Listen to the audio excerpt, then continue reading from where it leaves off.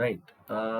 இன்னைக்கு என்ன டாபிக் பார்க்க போறோம் அப்படின்னா, C sharp introduction. So last class நம்ம என்ன பார்த்தோம் அப்படின்னா, டாட் நெட் இன்ட்ரோடக்ஷன் பார்த்தோம். கரெக்ட்டுங்களா?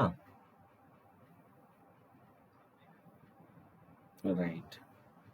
இப்போ சி ஷார்ப் இன்ட்ரோடக்ஷன், அதாவது நீங்க ப்ரோக்ராமிங்குள்ள கொஞ்சம் கொஞ்சமா என்டர் ஆக போறீங்க.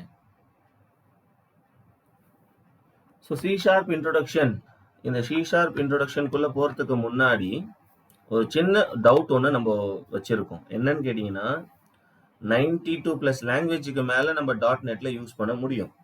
கரெக்டுங்களா? அப்படி இருந்தும் எந்த லாங்குவேஜை மட்டும் யூஸ் பண்றாங்க? அது ஏன்றத பேசுவோமா? ரைட். ஸோ கேர்ஃபுல்லா கவனிங்க. இப்போ ஜாவா டெக்னாலஜி ஒன்று இன்ட்ரோடியூஸ் பண்ணாங்க இல்லையா?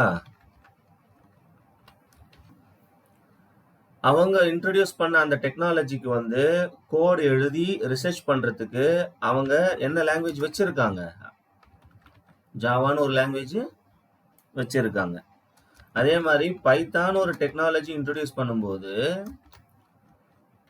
அந்த டெக்னாலஜியை ரிசர்ச் பண்றதுக்கு அவங்க பைத்தான் லாங்குவேஜ் ஒன்று வச்சிருக்காங்க. கரெக்டுங்களா? ஆனா இப்ப டாட் நெட்னு ஒரு டெக்னாலஜியை ரிசர்ச் பண்றாங்க. ஆனா அவங்க கிட்ட எந்த லாங்குவேஜும் ஸ்பெஷலா இல்ல. ஆக்சுவலா எப்ப டாட் நெட்டோட ரிசர்ச் ஸ்டார்ட் பண்ணாங்க? 1990ல. 1990ல தானே பண்ணாங்க. ரைட். ஸோ 1990ல ரிசர்ச்சை ஸ்டார்ட் பண்ணலான்னு அவங்க இறங்குனாங்க. ஆமா, வெயிட் பண்றேம்மா. கேக்குதுமா, கேக்குது இளவரசன், கேக்குது.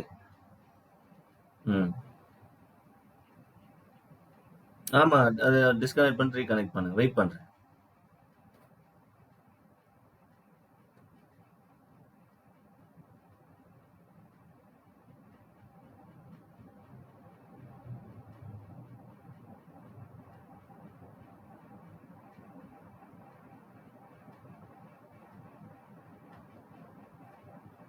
கேக்குதாம்மா? கேக்குது.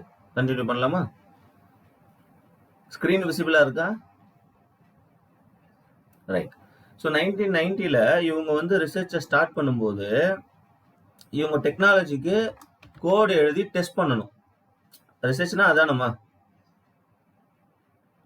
டெஸ்டிங் பண்ணணும், கோடு எழுதி டெஸ்ட் பண்ணணும். ஆனா இவங்க கிட்ட ஸ்பெசிஃபிக்கா எந்த ஒரு லாங்குவேஜும் இல்ல. ஸோ அந்த டைம்ல தான் ஆண்டஸ் எஜில்ஸ்பர்க் இவர் என்ன பண்ணாரு?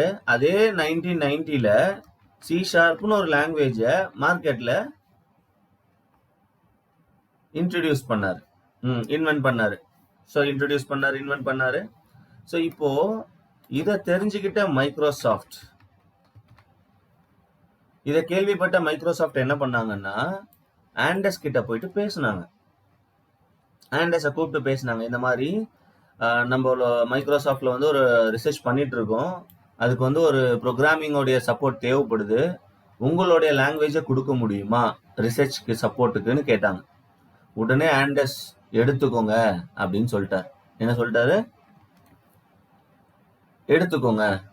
எடுத்துக்கோங்கன்னு சொல்லிட்டாரு. ஆனா ஆக்சுவலா பாத்தீங்கன்னா ஆண்டஸ் வந்து இதை பர்சனலா இன்ட்ரோடியூஸ் பண்ணாரு. ஆண்டஸ் அவருடைய தனி கண்டுபிடிப்புல பர்சனலா இன்ட்ரோடியூஸ் பண்ண லாங்குவேஜ் எது?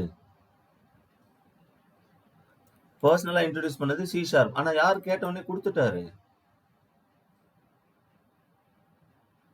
யார் வந்து கேட்டவொடனே கொடுத்துட்டாரு எடுத்துக்க சொல்லி? அது ஏன் சார்? மைக்ரோசாஃப்ட் கேட்ட உடனே ஏன் ஒத்துக்கிட்டாரு அப்படின்னு கேட்டீங்கன்னா, ஆண்டஸ் வந்து மைக்ரோசாஃப்ட்ல ஒரு சாஃப்ட்வேர் இன்ஜினியரா இருக்காரு. என்னவா இருக்காரு? ஸோ மைக்ரோசாஃப்ட்லயே வேலை பார்த்துட்டு இருக்காரு. ஸோ இந்த ஒரு காரணத்தினால தான் மைக்ரோசாஃப்ட் டீம் வந்து கேட்ட உடனே அவர் என்ன சொல்லிட்டாரு? அவரோட லாங்குவேஜை எடுத்துக்கோங்க. ஸோ அதனால தான் சி ஷார்ப்ன்றது எந்த டெக்னாலஜிக்குள்ள வந்தது? ஸோ டாட் நெட்டோடைய டே 1 ரிசர்ச்ல இருந்து இன்னைக்கு வரைக்கும் டில் டேட் இன்னைக்கு வரைக்கும் டாட் நெட்டோடைய அப் அண்ட் டவுன் எல்லாத்துக்குமே கூடவே இருக்கிற ஒரே லாங்குவேஜ் எது?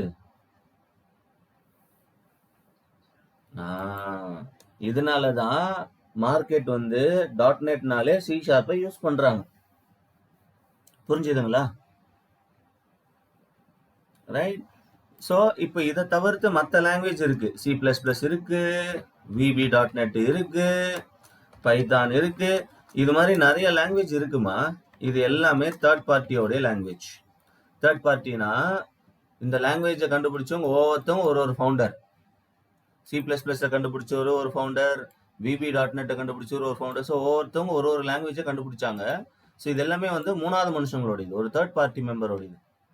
இதையும் நீங்க எதில் யூஸ் பண்ணலான்ற மாதிரி கொண்டு வந்தாங்க. இதையும் நீங்க டாட் நெட்ல, ஏன்னா சி ஷார்ப் தான் அது மட்டும்தான் யூஸ் பண்ணணும். சில பேருக்கு சி ஷார்ப் கஷ்டமா இருக்கும், சில பேருக்கு ஈஸியா இருக்கும். பட் எங்களுடைய ரிசர்ச் டே 1ல இருந்து டாட் நெட் இப்படி வேணும், டாட் நெட் அப்படி வேணும், இது எல்லாத்துக்குமே ஏத்த மாதிரி கூடவே அப்டேட் கொடுத்து வந்த லாங்குவேஜ் எது?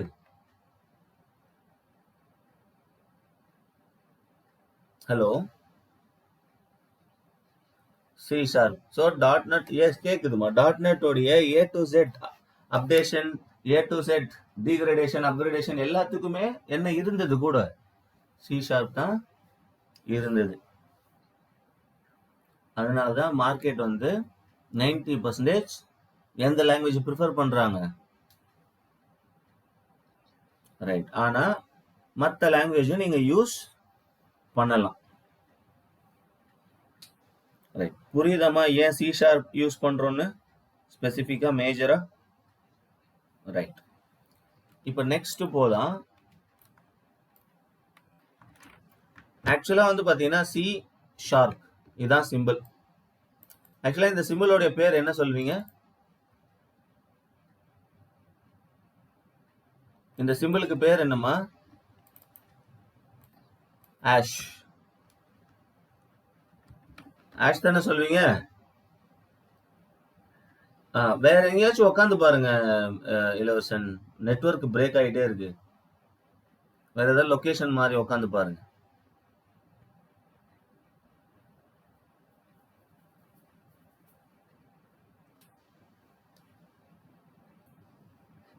கேக்குதா? ஓகேம்மா, கிளியரா கேக்குது. அதாவது நான் பேசுறது உங்களுக்கு லேட்டா கேக்குது. இப்ப ஈக்குவலா கேக்குதா? ரைட். ஸோ இந்த சிம்பிளோடைய பேர் என்னன்னு சொல்வீங்க? ஆஷ். கரெக்டுங்களா? ஆனா இதை இவங்க சி ஆஷ்னு சொல்லாம சி ஷார்ப்னு சொல்றாங்க. என்னன்னு சொல்றாங்க? சி ஷார்ப்னு சொல்றாங்க. இதனுடைய டவுட் உங்க மைண்டுக்கு வரணுமே. இப்போ என்ன டவுட் வரணும்? சி சி ஆஷ்னு தானே சார் சொல்லணும், ஆனா என்னன்னு சொல்றாங்க? குட். லைக் கவனிங்க. ஆக்சுவலா வந்து பாத்தீங்கன்னா இந்த லாங்குவேஜோடைய ஃபவுண்டர் வந்து ஆண்டஸ் எஜில்ஸ்பர்க். இவர் தான் இது கண்டுபிடிச்சாரு. ஆனா நீங்க கூகுள்ல போயிட்டு C sharp history, C sharp introduction இந்த மாதிரிலாம் போட்டீங்கன்னா C sharp is found and maintained by மைக்ரோசாஃப்ட்னு இருக்கும். C sharp is found and maintained by மைக்ரோசாஃப்ட்னு இருக்கும். ஏன்னா மைக்ரோசாஃப்ட் கண்டுபிடிச்ச ப்ராடக்ட் இது வரைக்கும் எதுவுமே வந்து இந்த பர்சன் தான் கண்டுபிடிச்சாரு, இந்த தனி நபர் தான் கண்டுபிடிச்சாருன்னு அவங்க ரிலீஸ் பண்ணதே கிடையாது. இப்ப விண்டோஸ் OS எடுங்க, யாருடைய ப்ராடக்ட் அது? MS ஆபீஸ் எடுங்க, யாருடைய ப்ராடக்ட் அது? டாட் நெட் எடுங்க, யாருடைய ப்ராடக்ட் அது? ஆனா எனக்கு ஒரு டவுட்டுமா, லட்சக்கணக்கான பேர் மைக்ரோசாஃப்ட்ல வேலை பார்க்குறாங்க. எல்லாரும் சேர்ந்தா கண்டுபிடிச்சிருப்பாங்க. MS office, OS, dot net, இல்ல ஒரு பர்டிகுலர் டீம் தான் ஒரு ப்ராடக்ட்டை கண்டுபிடிச்சிருக்கும். ஸோ இந்த ஐடியா யாருன்னா ஒரு 10 பேரோ இல்லை 2 பேரோ இல்லை 5 பேரோ அவங்களுக்கு தான் வந்திருக்கும். ஆனா எந்த ப்ராடக்ட் அவங்க இன்ட்ரோடியூஸ் பண்ணாலும் இந்த நபர் தான் கண்டுபிடிச்சாருன்னு அவங்க ரிலீஸ் பண்ணதே கிடையாது. எது ரிலீஸ் பண்ணாலுமே அவங்க டீமா தான் நிக்கிறாங்க. என்ன டீம்? மைக்ரோசாஃப்ட். அந்த மாதிரி ஆண்டர்ஸ் எசில்ஸ்பர்க் கிட்ட இருந்து லாங்குவேஜை வாங்கினதுக்கு அப்புறம், யார்கிட்ட இருந்து லாங்குவேஜை வாங்கினதுக்கு அப்புறம் அது யாருடைய ப்ராடக்ட்னு காமனா சொல்ல ஆரம்பிச்சிட்டாங்க. மைக்ரோசாஃப்டோட. அதனால தான் நீங்க கூகுள்ல போயிட்டு இப்போ C# இன்ட்ரோடக்ஷன் அப்படின்னு நீங்க போட்டீங்கன்னா கூட டீப்பா போய் ஹிஸ்டரியை படிச்சீங்கன்னா ஃபவுண்டரோட நேம் என்னன்னு இருக்கும்.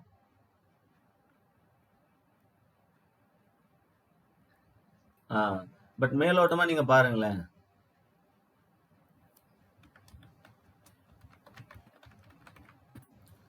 C# இன்ட்ரோடக்ஷன் போட்டிருக்கேன். இங்க பாருங்க. C# is an object-oriented programming language created by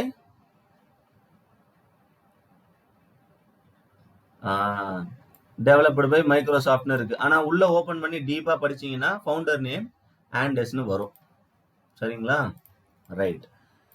இப்போ சரி, ஓகே சார், இதெல்லாம் இருக்கட்டும். ஆண்டர்ஸ் கண்டுபிடிச்சாரு, அது வந்து மைக்ரோசாஃப்ட்னு சொல்றாங்க. ஷார்ப்னு ஏன் சொல்றாங்க அப்படின்னு கேட்டீங்கன்னா, ஆக்சுவலா இந்த ஆண்டர்ஸ் என்ன பண்ணாருன்னா, ஆண்டர்ஸ் வந்து ஆக்சுவலா பாத்தீங்கன்னா சியோடைய அட்வான்ஸ் லாங்குவேஜா என்ன வந்துச்சு? சிக்கு அப்புறம் C++ன்னு வந்தது. C++க்கு அப்புறம் எதனா ஒன்று கொடுக்கணும்னு சொல்லி எதை கொடுத்தாரு ஆண்டர்ஸ்? C# கொடுத்தாரு. சரிங்களா? ஆக்சுவலா இந்த ரெண்டு லெட்டர்ல இவருடைய ப்ரொஃபஷனும் இருக்கு, இவருடைய பேஷனும் இருக்கு. இந்த 2 லெட்டர்ல ஆண்டர்ஸோடைய எதை குறிக்குது? ஸோ இப்போ சி எடுத்தீங்கன்னா, சி பாருங்க, எஸ், சி எடுத்தீங்கன்னா சி ரூட். சி லாங்குவேஜ்லயும் சி இருக்கு, C++லயும் சி இருக்கு, C# சி இருக்கு. ஸோ சின்றது ஒரு ப்ரோக்ராமிங் ரூட். கரெக்டுங்களா? ரைட். ப்ரோக்ராமிங் வேர்ல இருந்து, வேர்னா என்ன? ரூட்ல இருந்து எடுத்திருக்காரு. ஸோ இதனால இந்த சியை கொடுத்ததுனால ஆண்டர்ஸ்ன்றது அவருடைய எதை குறிக்குது? ப்ரொஃபஷன். அவர் வந்து ஒரு சாஃப்ட்வேர் என்ஜினியர். ஸோ அப்போ சியை டினோட் பண்ணதுனால அவர் வந்து ஒரு ஃபவுண்டர், வந்து ஆண்டர்ஸ்ன்ற ஃபவுண்டர் வந்து சாஃப்ட்வேர் என்ஜினியர், அவருடைய ப்ரொஃபஷனை குறிக்குது. சரி, ஓகே. இது என்னது? ஆஷ்ன்றது என்னது? ஆஷ்ன்னு சொல்லாம ஏன் ஷார்ப்னு சொல்றாங்க? ஆக்சுவலா ஆண்டர்ஸ் வந்து ஒரு கிட்டாரிஸ்ட். இவர் வந்து ஒரு மியூசிஷியன். ஆக்சுவலா இந்த வெளிநாட்டுல எல்லாம் பாத்தீங்கன்னா ஸ்டேஜ்ல ஃபுல்லா இருட்டா வச்சுட்டு மேடையில உட்காந்து வாசிக்கிறவங்களோட இடத்துல மட்டும் ஒயிட் கலர் லைட் அடிச்சுட்டு ஸ்டேஜ் ஃபங்க்ஷன்லாம் நடக்கும். பார்த்துருக்கீங்களா? வெளிநாட்டுல அந்த வாசிக்கிறவங்களுடைய மேல மட்டும் அந்த வெள்ளை லைட் போடும், அவங்க மட்டும் அப்படியே வாசிப்பாங்க மெதுவா. இது மாதிரி ஸ்டேஜ் பர்ஃபார்மன்ஸ் பண்ற ஒரு ஆக்சுவலா ஆண்டர்ஸோடைய பேஷன் என்னன்னு கேட்டீங்கன்னா கிட்டாரிஸ்ட். அவர் வந்து ஒரு மியூசிஷியன். ஃப்ரீ டைம்ல எல்லாம் கிட்டார் பண்ணுவாரு, கிட்டாரிங் ஸ்டேஜ் பர்ஃபார்மன்ஸ் பண்ணியிருக்காரு. சும்மா இருக்கும்போதெல்லாம் கிட்டார் வாசிப்பாரு. ஸோ இப்போ நம்ம ஆஷ்னு சொல்றோம்லம்மா இளவரசன், இந்த சிம்பிளை மியூசிஷியன்லாம் வந்து மியூசிக் வாசிக்கிறதுக்கு ஒரு மியூசிக்கல் நோட் ஃபாலோ பண்ணுவாங்க. நம்ம ஜென்ரலா ஆஷ்னு சொல்றத அவங்களுடைய மியூசிக்கல் நோட்ல அதுக்கு என்ன பேரு? ஷார்ப். மியூசிக்கல் நோட்லாம் பார்த்துருப்பீங்கன்னு நினைக்கிறேன். இந்த இசையருவி சேனல், சன் மியூசிக்ல எல்லாம் வந்திருக்கும். அலையா அப்படியே கீழே போவோம், பார்த்துருப்பீங்கன்னு நினைக்கிறேன். இந்த மாதிரி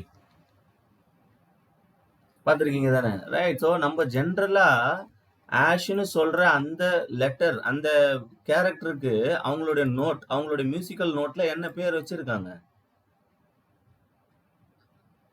ஷார்ப்னு வச்சிருக்காங்க. அதனாலதான் இத சி ஆஷ்னு கூப்பிடாம என்னன்னு ப்ரொனவுன்ஸ் பண்ணியிருக்காரு அவரு. ஸோ அப்போ இது ஏன் ஷார்ப்னு கூப்பிடுறாங்கன்னு யோசிக்கும் போது it is taken from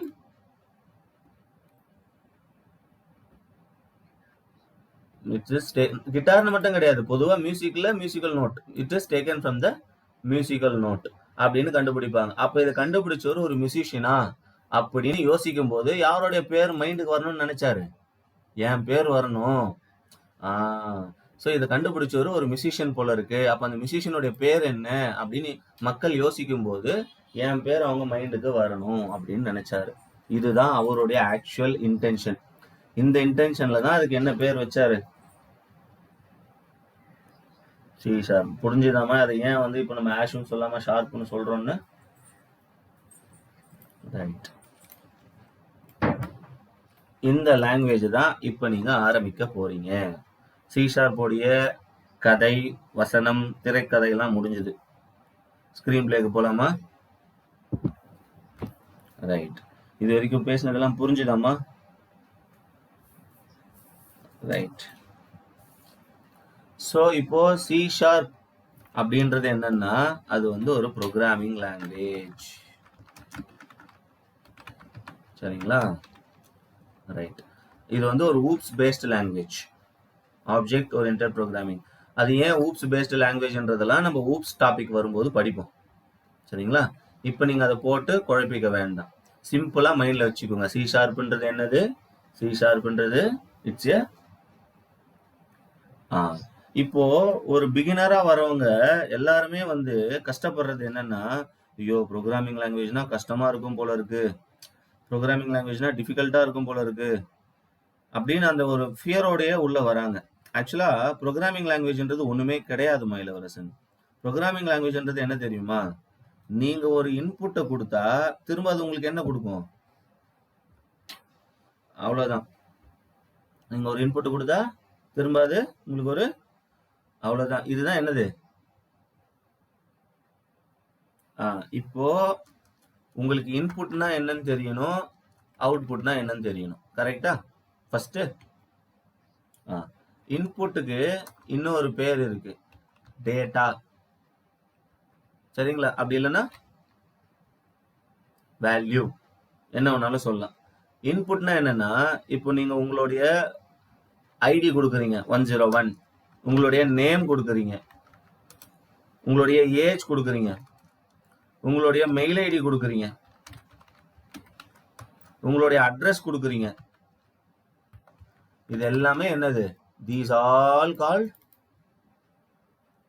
data. Input data சொல்லலாம். சரிங்களா? ரைட். நீங்க என்னைக்காவது யோசிச்சிருக்கீங்களா இளவரசன், சார் நான் எந்த ப்ரோக்ராமிங் லாங்குவேஜுக்கு உள்ள வந்தாலுமே டேட்டா டைப்னு ஒன்று படிக்கிறோம், என்ன படிக்கிறோம்? அது ஏன்றத ஃபர்ஸ்ட் இங்க புரிஞ்சுக்கோங்க. ஆக்சுவலா வந்து நீங்க கொடுக்குறீங்கல்ல டேட்டா, இங்க என்னென்ன டேட்டா கொடுத்துருக்கீங்க? இது என்னது? இது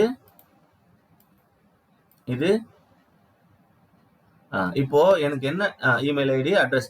இது எனக்கு என்ன டவுட்னா, நீங்க கொடுத்துருக்கீங்கல்ல இந்த டேட்டாலாம், இந்த டேட்டாலாம் எல்லாமே ஒரே டைப்லவா இருக்கு? இல்ல, இது நம்பர் டைப்ல இருக்கு, இது ஆல்பபெட் டைப்ல இருக்கு, இங்க நம்பரு கேரக்டர் எல்லாமே கலந்து இருக்கு. கரெக்டா? அப்போ நம்ம வந்து கொடுக்க போற டேட்டா வந்து they are going to be in different type. கரெக்டா? அப்போ ஒரு டேட்டாக்கு ஒரு டைப் இருக்கு. என்ன இருக்கு? ஒரு டேட்டா நம்ம கொடுக்கிற ஒரு டேட்டாக்கு ஒரு டைப் இருக்கு. அதனாலதான் நீங்க என்னவே படிக்கிறீங்க, டேட்டா டைப்பை பத்தி படிக்கிறீங்க. ஸோ டேட்டாவோடைய டைப், அதனாலதான் அதுக்கு பேரு டேட்டா டைப். ஸோ இப்போ நம்பர்னு எடுத்துக்கிட்டீங்கன்னா இன்டீஜர், ஷார்ட்டா அது என்னன்னு சொல்லுவாங்க? இன்ட். ஸோ இப்போ ஆல்பபெட் எடுத்துக்கிட்டீங்கன்னா ஸ்ட்ரிங். ஸோ இந்த மாதிரி இப்போ பாயிண்ட்ல கொடுக்குறீங்க, ஒரு சேலரி வாங்குறீங்க, 24,500 rupees வாங்குறீங்க, sorry for the mistake. So 24,500 வாங்குறீங்க, இல்லைன்னா 24,500 பைசே வாங்குறீங்க. பாயிண்ட்ல வருது அப்படின்னா அது எதில் வரும்? ஃப்ளோட். ஸோ இந்த மாதிரி நம்ம கொடுக்குற ஒரு டேட்டாக்கு ஒரு டைப் இருக்கு. அதனாலதான் நீங்க ப்ரோக்ராமிங் லாங்குவேஜ்குள்ள வந்த உடனே முதல் விஷயமா எதை படிக்கிறீங்க? அதுல இருக்கக்கூடிய டேட்டா டைப்பை பத்தி படிக்கிறீங்க. அதை நம்ம அப்புறம் படிப்போம். ஆனா டேட்டா டைப்னு ஏன் இருக்குன்னு இப்ப புரிஞ்சுக்கிட்டீங்களா? ரைட்.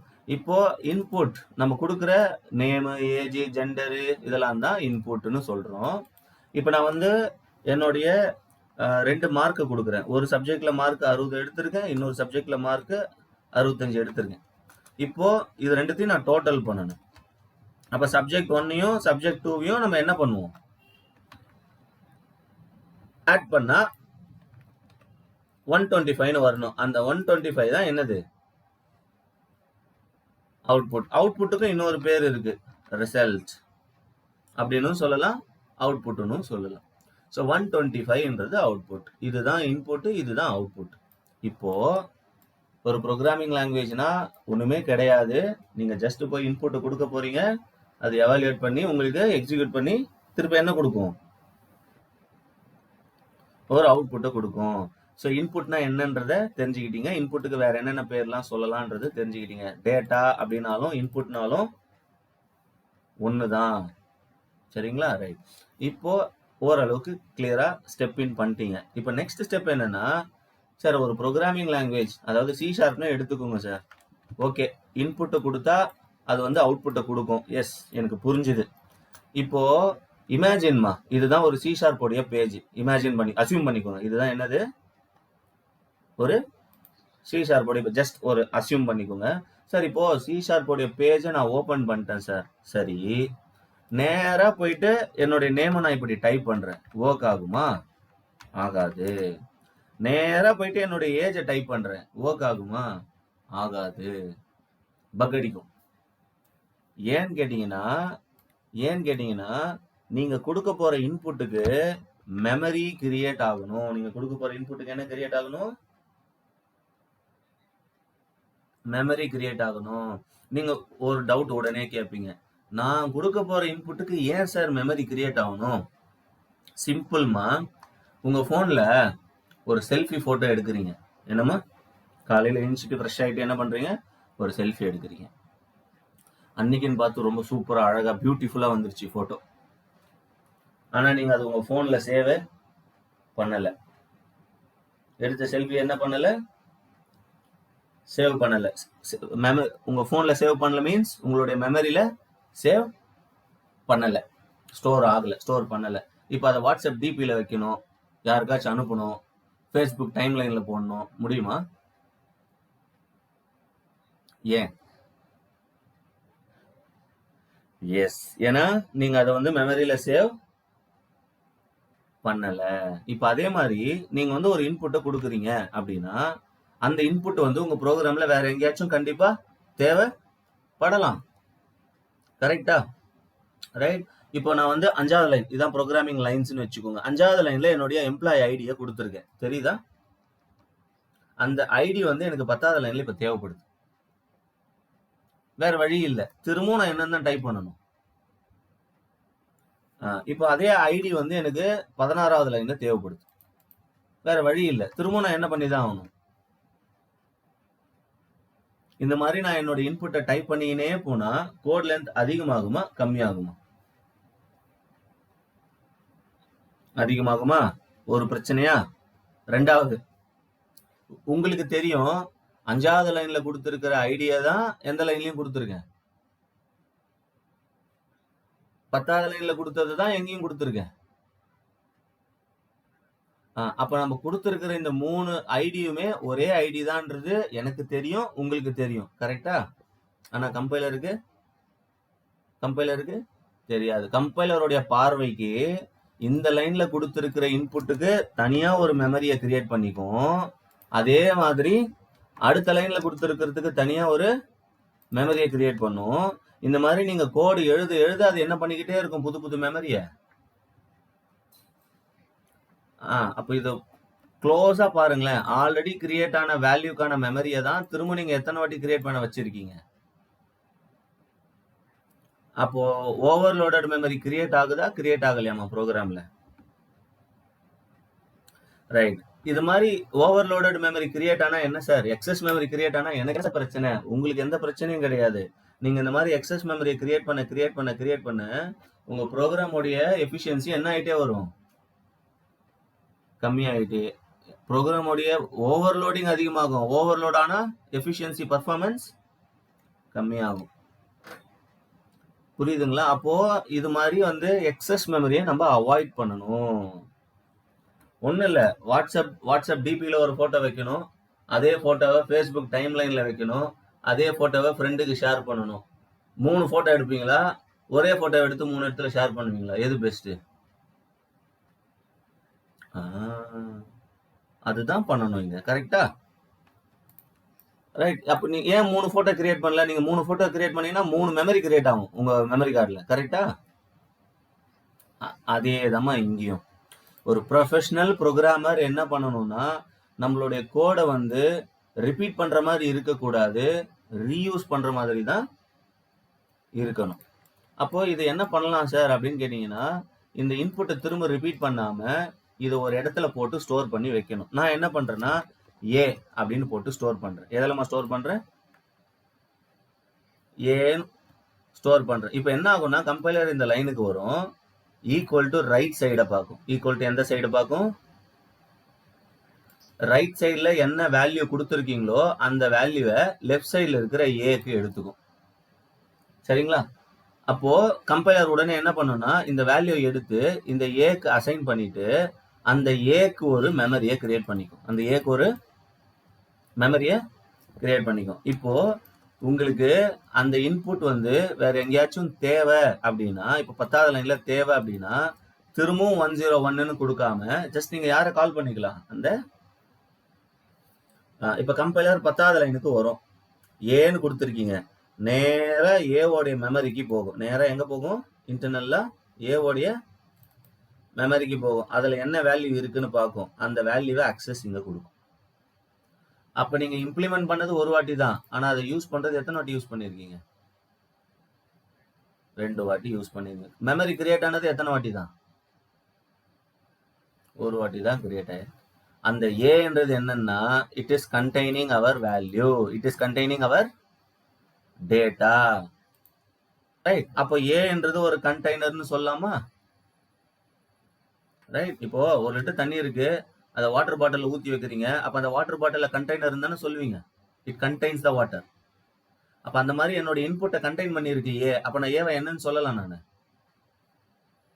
கண்டெய்னர். என்ன கண்டெய்ன் பண்ணுது? It contains our value. அந்த கண்டெய்னருக்கு இன்னொரு டெக்னிக்கல் டேர்ம் தான் வேரியபிள். கண்டெய்னர்னு பொதுவாக அண்டர்ஸ்டாண்டிங்க்கு நம்ம சொல்றோம், ப்ரோக்ராமிங் லாங்குவேஜ்ல அதுக்கு பேரு வேரியபிள். அப்போ இதுல இருந்து என்ன தெரியுதுன்னா, ப்ரோக்ராமிங் லாங்குவேஜ்ல நீங்க உங்களோட இன்புட்டை கொடுக்கணும்னா யாருடைய சப்போர்ட் தேவைப்படுது? வேரியபிள் இல்லாம நம்மளுடைய இன்புட்டை கொடுக்கவே. அப்போ இன்புட்டை கொடுக்கறதுக்கு நீங்க ஃபர்ஸ்ட் படிக்க வேண்டியது யாரை பத்தி? வேரியபிளை பத்தி. ஸோ படிப்போம், வெயிட் பண்ணுங்க. 2வது, இப்போ இமேஜின் பண்ணிக்கோங்க மயிலவரசன், வேரியபிளை இன்னும் நம்ம வேரியபிள் எதுக்குன்னு தெரிஞ்சுக்கிட்டீங்க, ஆனா வேரியபிளோட சின்டெக்ஸ்லாம் இன்னும் நமக்கு தெரியாது. ஸோ இமேஜின் பண்ணிக்கோங்க, வேரியபிள் இருக்கு நம்ம கிட்ட. இப்போ இமேஜின் வேரியபிள்ல நான் ஒரு இன்புட்டை கொடுத்துட்டேன், வேரியபிளை டிக்ளேர் பண்ணி என்ன கொடுத்துட்டேன்? ஒரு இன்புட்டை கொடுத்தாச்சு. இப்போ எப்படி கொடுத்துருப்பேன்? இப்போ நீங்க பைத்தான்ல படிச்சிருப்பீங்க, அது ஞாபகம் இருக்கா இல்லையான்னு எனக்கு தெரியல. பைத்தான்ல என்ன பண்ணிருப்பீங்கன்னா, ஒரு வேரியபிள் நேம் கொடுத்துட்டு ஈக்குவல் டு வேல்யூன்னு கொடுத்துருப்பீங்க, லைக் ஏ ஈக்குவல் டு 10 இப்படி கொடுத்துருப்பீங்க பைத்தான்ல. ஆனா இங்க வந்து அப்படி கிடையாது. ஃபர்ஸ்ட் நீங்க டேட்டா டைப்பை சொல்லணும், அதுக்கப்புறம்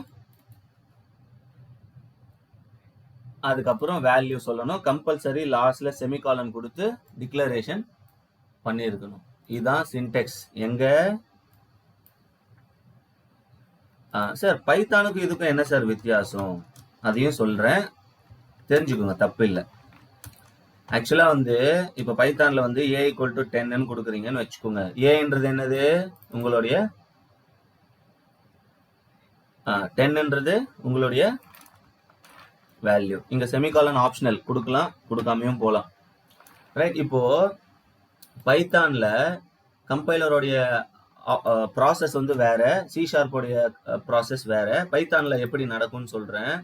இப்போ சி ஷார்ப்பை ஃபர்ஸ்ட் பார்த்துருவோம். இப்போ நான் டேட்டா டைப் வந்து இன்ட்னு கொடுக்குறேன். என்னம்மா டேட்டா டைப் கொடுத்துருங்க, இன்ட்டு ஸ்பேஸ் பின்னு கொடுக்குறேன். இப்போ பின்றது என்னது, நம்மளுடைய இப்போ கேர்ஃபுல்லா கவனிங்க. பைத்தானுக்கும் இதுக்கும் இதுதான் வித்தியாசம். பைத்தான்ல ஏதாச்சும் டேட்டா டைப் எங்கேயாச்சும் சொல்லியிருக்கீங்களா? நோ. ஆக்சுவலா பைத்தான் கம்பைலர் என்ன பண்ணும்னா யூசர் ஃப்ரெண்ட்லி. நீங்க என்ன வேல்யூ கொடுக்குறீங்களோ அந்த வேல்யூக்கு ஏத்த மாதிரி அதுவே டேட்டா டைப்பை அசியூம் பண்ணிக்கும்.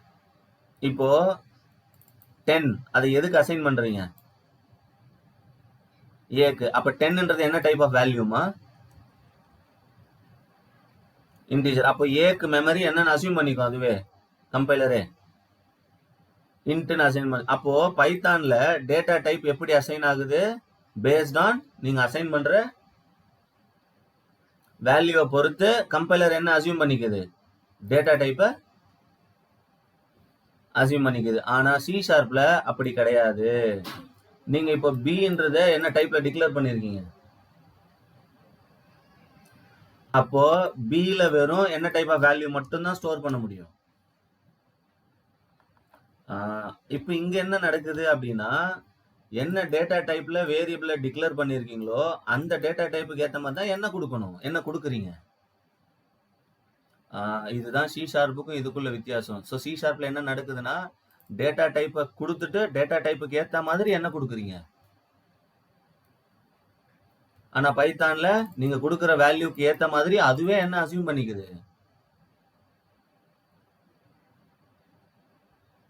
என்ன இன்டிஜரா ஃப்ளோட்டான அதுவே டேட்டா டைப்பை அசியூம் பண்ணிக்கும். ஸோ இங்க நீங்க கொடுக்குற டேட்டா டைப்புக்கு ஏத்த மாதிரி நீங்களே வேல்யூ கொடுக்குறீங்க.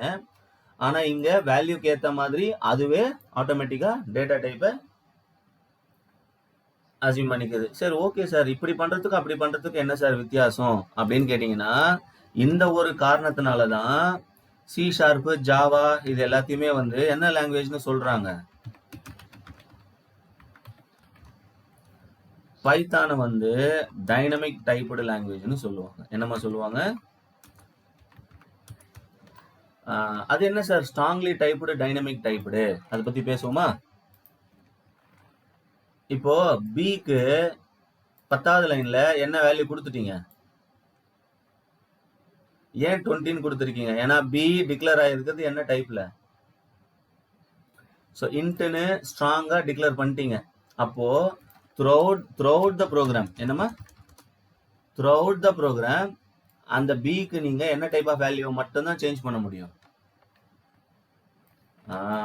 So b equal to 30, b equal to 40, b equal to 60, b equal to 100, இந்த மாதிரி என்னால அதுல வெறும் என்ன டைப் வேல்யூ மட்டும் தான் ரிப்ளேஸ் பண்ண முடியும். ஏன்னா டிக்ளேர் பண்ணும்போதே பின்ற வேரியபிள் ஸ்ட்ராங்கா என்ன டைப்ல டிக்ளேர் ஆயிருக்கு. இப்போ இதுக்கு போயிட்டு நான் ஃப்ளோட்டோ இல்லை இதுக்கு போயிட்டு நான் ஸ்ட்ரிங்கோ கொடுத்தா எனக்கு உடனே என்ன அடிக்குவாங்க, பக் அடிக்கும், எரர் அடிக்கும். ஏன்னா சி ஷார்ப்ன்றது என்ன டைப்டு லாங்குவேஜ், ஸ்ட்ராங்லி டைப்டுனா ஒரு வாட்டி ஒரு வேரியபிளுக்கு ஸ்ட்ராங்கா ஒரு டேட்டா டைப்பை சொல்லிட்டீங்கன்னா த்ரூ அவுட் த ப்ரோக்ராம் அந்த டைப்ல மட்டும்தான் அதுக்கு வேல்யூ நீங்க கொடுக்க முடியும். டேட்டா டைப்பை வந்து நீங்க டைனமிக்கா சேஞ்ச் பண்ண முடியாது. பட் இதுவே பைத்தான்ல பாத்தீங்கன்னா நீங்க கொடுக்குற வேல்யூக்கு ஏத்த மாதிரி தான் அது என்ன அசியூம் பண்ணிக்குது. நீங்க இங்க எதுவும் டேட்டா டைப்பே கொடுக்கறது கிடையாது, நீங்க கொடுக்குற வேல்யூக்கு ஏத்த மாதிரி தான் அது அசைன் பண்ணுது. இப்போ 27வது லைன்ல என்ன டேட்டா டைப் அசியூம் பண்ணிருக்கோம்,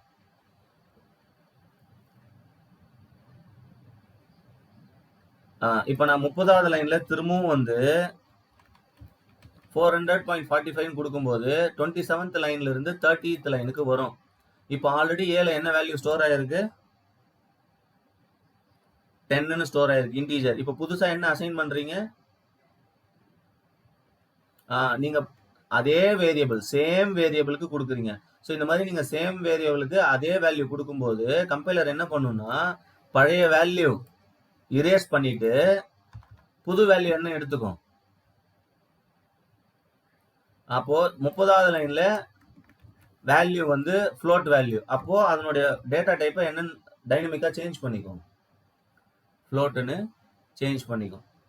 ஸோ புரியுதுங்களா? நீங்க வேல்யூவை மாற்ற வேல்யூக்கான டைப்பையும் அது டைனமிக்கா சேஞ்ச் பண்ணிக்கிட்டே இருக்கும். ஸோ 27வது லைன்ல இன்டீஜரா இருந்த ஏன்னு ஒரு நபர் 30வது லைன்ல என்னவா மாறிட்டாரு, due to the value constraint. So இந்த மாதிரி நீங்க வேல்யூவை மாற்ற வேல்யூவோட டைப்பையும் அதை டைனமிக்கா சேஞ்ச் பண்ணிக்கும். இதனாலதான் இது என்ன டைப்டு லாங்குவேஜ்னு சொல்றாங்க, பைத்தான. ஸோ இதுதான் ஸ்ட்ராங்லி டைப்டுக்கும் டைனமிக் டைப்டுக்கும் உள்ள வித்தியாசம். ரைட். அதனாலதான் இங்க டேட்டா டைப்பை சொல்லி ஒரு வேரியபிளை டிக்ளேர் பண்றோம், இங்க டேட்டா டைப் இல்லாம ஒரு வேரியபிளை டிக்ளேர் பண்றோம். ரெண்டுத்துக்கும் இதனாலதான் சின்டெக்ஸ்ல டிஃபரன்ஸ் வருது. போலாமா? ரைட்.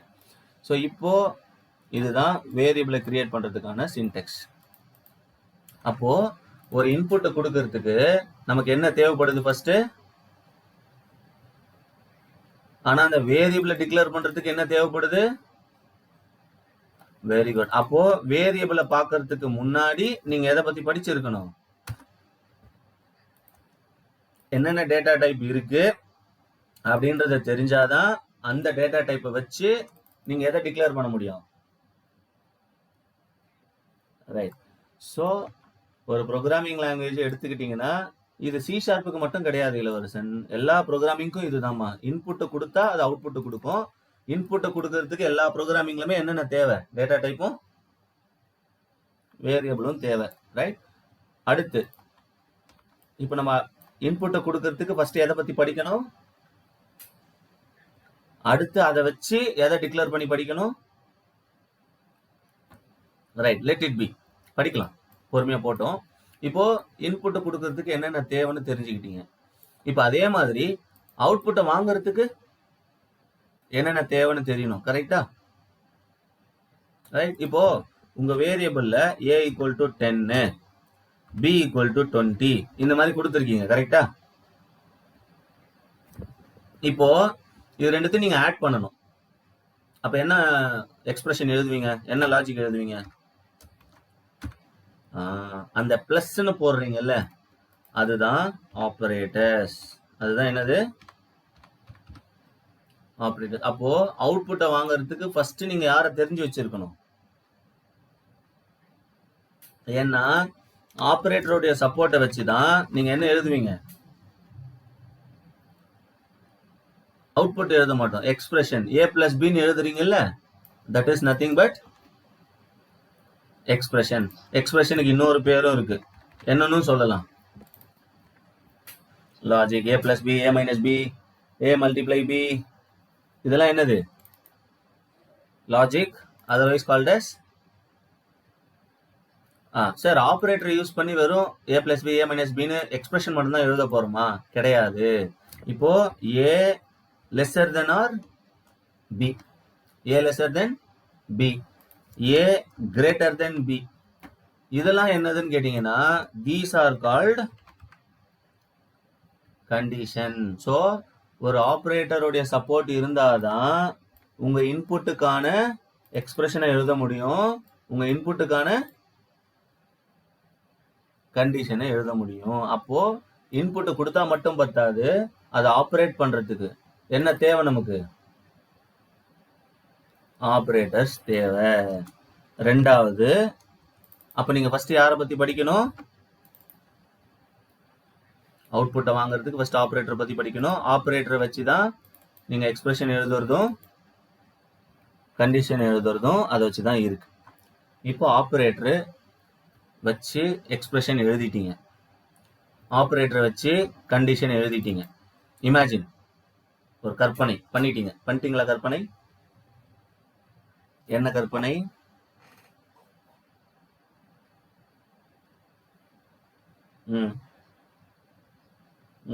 எழுதியாச்சு. என்ன எழுதிட்டீங்க? அது என்னது, எக்ஸ்பிரஷன். எக்ஸ்பிரஷனை எழுதியிருக்கோம், ஏதோ ஒன்று இன்புட்டுக்கான ஏதோ ஒன்று எழுதியிருக்கீங்க. சரிங்களா? இப்போ அந்த கண்டிஷன் வந்து இப்போ கண்டிஷன் எழுதியிருக்கீங்கன்னு வச்சுக்கோங்க, ஏ லெஸ் தென் பின்னு ஒரு கண்டிஷன் எழுதியிருக்கீங்க. இந்த கண்டிஷன் வந்து எனக்கு ஒரு வாட்டி எக்ஸிக்யூட் ஆகணுமா, இந்த கண்டிஷன் எனக்கு 5 வாட்டி எக்ஸிக்யூட் ஆகணுமா, இந்த கண்டிஷன் வந்து 10 வாட்டி எக்ஸிக்யூட் ஆகணுமான்றது இருக்கு. கரெக்டுங்களா? அப்போ உங்களுடைய கண்டிஷனை வந்து கண்ட்ரோல் பண்றீங்க. உங்க இன்புட்டுக்கான கண்டிஷனை வந்து இங்க என்ன பண்றீங்க? கண்ட்ரோல் பண்றீங்க. 1 டைமா 2 டைமா 3 டைமான்னு எக்ஸிக்யூட் ஆகணும்ன்றத கண்ட்ரோல் பண்றீங்க. அதனாலதான் அடுத்து நீங்க என்ன படிக்கிறீங்க? கண்ட்ரோல் ஸ்டேட்மெண்ட், ஃபார், வைல் கேள்விப்பட்டிருக்கீங்களா? இவங்க என்ன பண்ணுவாங்கன்னா, நீங்க எழுதி இருக்கிற அந்த கண்டிஷன்ஸை வந்து கண்ட்ரோல் பண்ணுவாங்க. 5 டைம்ஸ் எக்ஸிக்யூட் ஆகணுமா, 10 டைம்ஸ் எக்ஸிக்யூட் ஆகணுமா, நீங்க எழுதுற கண்டிஷனுக்கு ஏத்த மாதிரி they will control your process. அதனாலதான் அவருக்கு பேரே என்னன்னு வந்தது, கண்ட்ரோல் ஸ்டேட்மெண்ட். ஸோ அப்போ ஒரு ப்ரோக்ராமிங் லாங்குவேஜ்ல இன்புட்டை கொடுக்கறதுக்கு 2 பேர் இருக்காங்க, அவுட்புட்டை வாங்குறதுக்கு. இதுதான் எல்லா ப்ரோக்ராமிங்க்கும். நீங்க ஜாவா எடுங்க, C++ எடுங்க, C# எடுங்க, பைத்தான் எடுங்க, எந்த ப்ரோக்ராமிங் லாங்குவேஜ் எடுத்தாலுமே 4 பேரை கத்துக்கிட்டீங்கன்னா அந்த ப்ரோக்ராமிங் லாங்குவேஜ்ல நீங்க தான் top. Number 1 list of how to declare, how to apply, and how execution happens in statement. இதை 4 பேரை நீங்க கத்துக்கிட்டீங்கன்னா எந்த ப்ரோக்ராமிங்ல வேணாலும் லேர்ன் பண்ணிக்கலாம் ஈஸியா. என்ன ஒரு வித்தியாசம்னா, C# 10 டேட்டா டைப் இருக்குன்னா பைத்தான்ல 5 டேட்டா டைப் தான் இருக்கும். C# வேரியபிள் இப்படி டிக்ளேர் பண்றீங்கன்னா பைத்தான்ல வேரியபிள் அப்படி டிக்ளேர் பண்ணுவீங்க. இப்ப காமிஷன்ல வேரியபிள் டிக்ளரேஷன் டிஃபரன்ஸ். அந்த மாதிரி சின்ன சின்ன வித்தியாசம் தான் இருக்கும். பட் ஆனா என்ன இருக்கும், எல்லா லாங்குவேஜ்லயுமே டேட்டா டைப்பும் இருக்கும், ஆபரேட்டரும் இருக்கும், கண்ட்ரோல் ஸ்டேட்மெண்ட்டும் இருக்கும். ஸோ இப்போ இந்த 4 பேர்ல நம்ம இப்போ அடுத்து ஃபர்ஸ்ட் இன்புட் கொடுக்கறதுக்கு தெரிஞ்சுக்க வேண்டியது யாரை பத்தி, டேட்டா டைப் பத்தி. சரிங்களா? ரைட். ஸோ இதோட நான் இன்னைக்கு ஹோல்ட் பண்றேன். இதை இப்போ ரிவிஷன் பண்ணுங்க உட்காந்து. என்னமா ரிவிஷன் பண்ணுங்க. 12:15க்கு மறுபடியும் ஒரு கால் கனெக்ட் பண்ணலாம். டேட்டா டைப் வேரியபிள் பத்தி சொல்லித்தரேன். சரிங்களா? ஸோ இதை வீடியோ ரிவிஷன் பண்ணிக்கிட்டே இருங்க. 12:15க்கு we will connect and discuss data type and variable. ஒரு கேப் எடுத்துட்டு போங்க, கண்டினியூஸா போக வேண்டாம். ரைட், ஓகேமா, ரைட். 12:15 12க்கு அவைலபிளா இருங்க. 11 o'clock ஒரு பேட்ச் இருக்கு, அதை முடிச்ச உடனே நம்ம கனெக்ட் பண்ணுவோம். ரைட், தேங்க்யூமா.